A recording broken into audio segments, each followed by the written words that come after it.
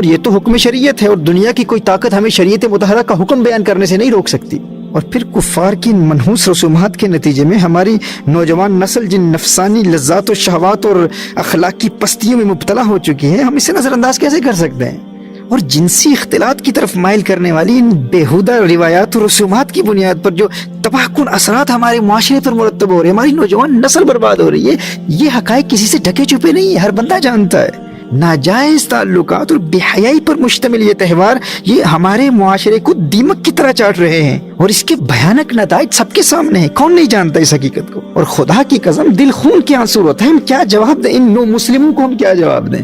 ابھی ایک عیسائی نوجوان جس پر ایک مدت سے محنت ہو رہی تھی، ڈائیلاگز کے ذریعے، ڈیبیٹس کے ذریعے، دلائل کے ساتھ اسے قائل کیا گیا، اور الحمدللہ بھی چند ہفتے قبل وہ حلقہ بگوش اسلام ہوا، اس نے اسلام قبول کیا۔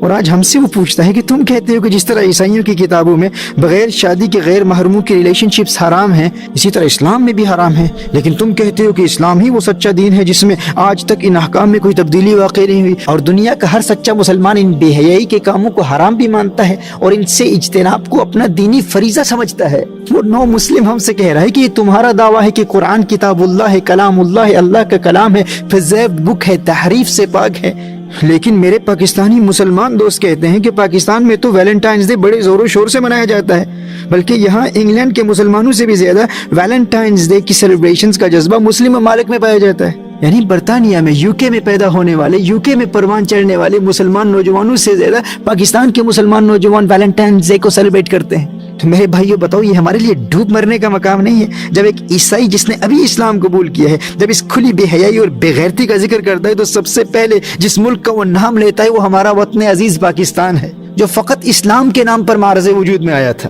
یہاں برطانیہ میں رہنے والے ہمارے مسلمان بچوں میں اس قدر شعور بیدار ہو چکا ہے کہ ایسی خرافات سے متاثر ہونے والوں کا ہمارے یہاں کے بچے تمسخر اڑاتے ہیں، اور وہاں ہمارے پاکستانی ٹی وی چینلز پر بیٹھ کر وہاں کے بے غیرت، بے شرم، احساس کمتری کے شکار اور کفار کا تھوکا ہوا چاٹنے میں فخر محسوس کرنے والے ٹی وی اینکرز بڑے ناز و افتخار کے ساتھ اس کھلی بے حیائی کو فروغ دے رہے ہیں، اسے پروموٹ کر رہے ہیں۔ شرم نہیں آتی انہیں؟ اور میرے مخاطب بھی وہی ہیں جنہیں شرم آتی ہے، جن میں کچھ حیا باقی ہے، جن میں کچھ غیرت ایمانی باقی ہے۔ وگرنہ میرے آقا صلی اللہ علیہ وآلہ وسلم نے ارشاد فرمایا، ان مما ادرک الناس من کلام النبوۃ الاولى اذا لم تستحی فاصنع ما شئت، رواہ البخاری۔ میرے آقا صلی اللہ علیہ وآلہ وسلم نے ارشاد فرمایا، جب انسان کی حیا مر جاتی ہے نا، پھر فاصنع ما شئت، جا جو مرضی کر تو۔